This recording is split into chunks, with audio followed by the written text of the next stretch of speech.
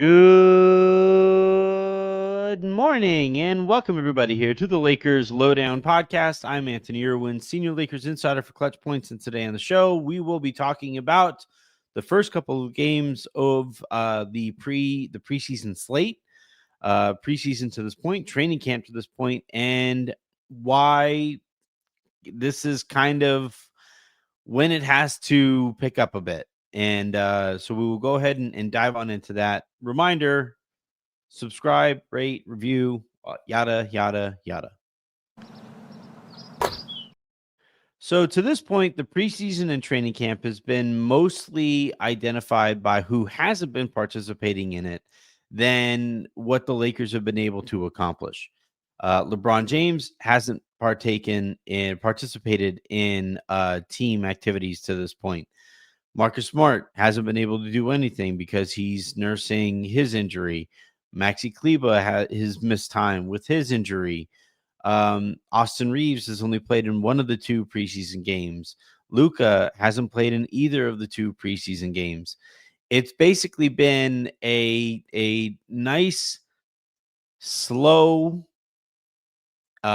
introduction into the season, which you kind of get because it is a long year. You're going to play 82 games and then the playoffs and all that stuff. So you understand the necessity to kind of ease people into things and make sure everybody comes along at their own rates and stuff like that.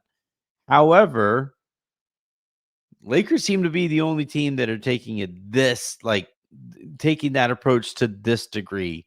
The Golden State Warriors aren't spring chickens, You got Steph, who is into his mid to late 30s. You have Draymond, who has some white hairs in that beard.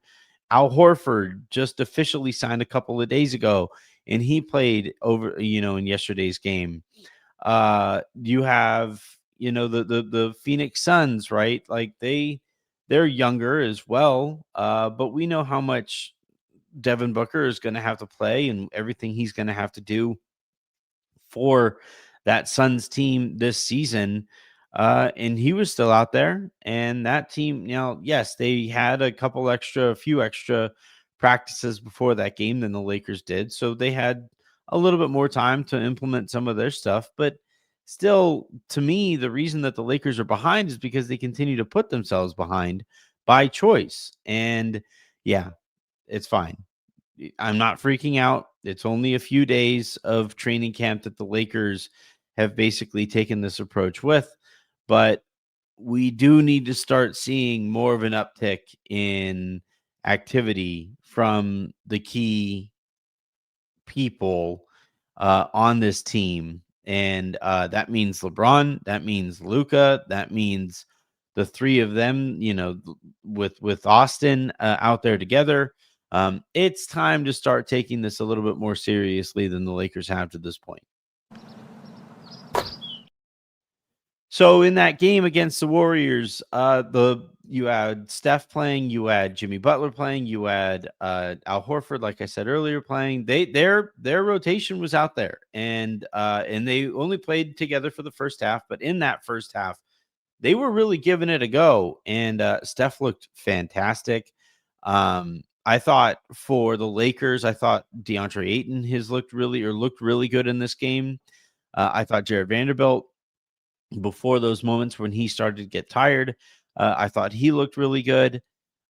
Overall, in that first half, when you had the Warriors full rotation going up against the Lakers very, very, very partial rotation, I thought the Lakers competed. And then in the third quarter, when Steph and Jimmy and Draymond and their key players sat down, the Lakers took a deep breath, and the Warriors jumped out on top of them and really kind of took over the game.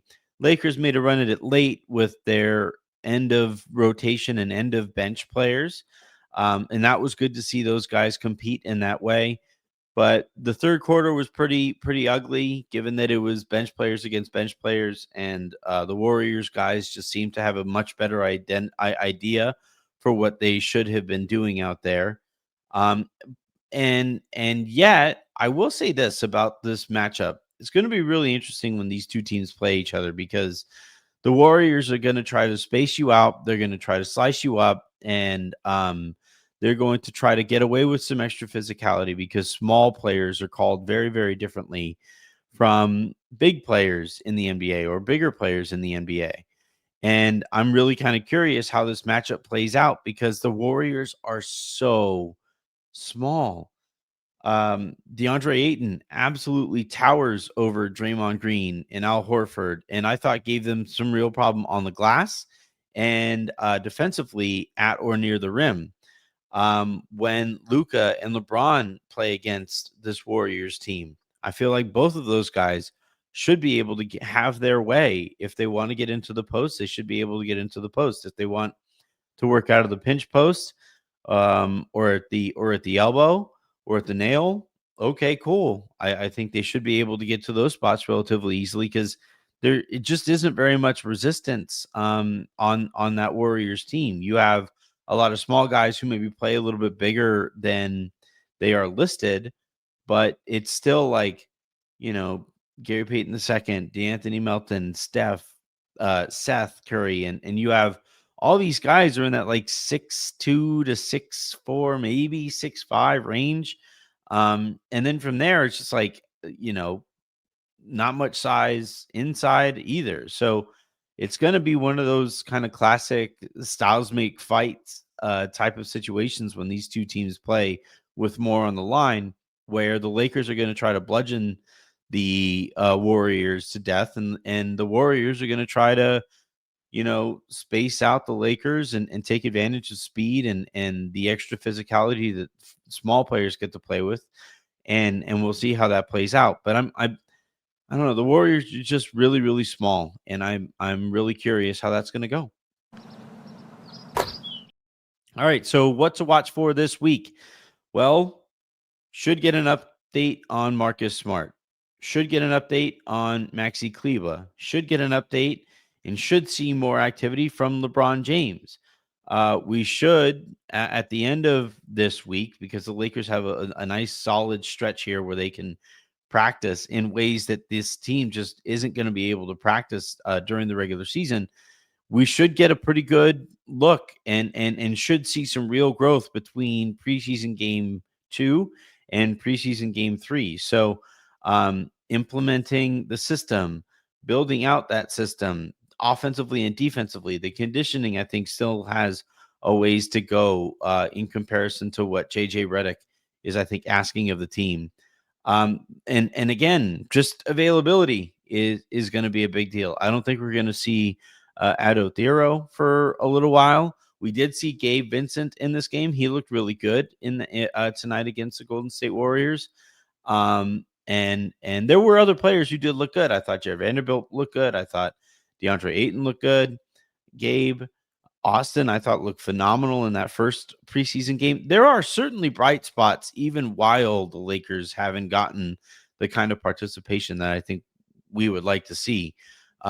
Now it's just a matter of getting that participation and getting more of those performances that we can kind of enjoy and look ahead to more of. All right, that is going to do it here for this episode of the Lakers Lowdown Podcast. For more on these subjects, check out the episode with me and Roz. We went live right after the game, as we are going to do in those games that he doesn't attend. So check out that episode. Check out more, all of the content that we're going to throw out here. Hope you guys are enjoying these lowdowns now that we are adding them to the feed as well. And until the next time you guys hear from us, I'm Anthony Irwin saying have a great rest of your day. Make somebody else's, and I will talk to you in a second if you want. Episode's right there.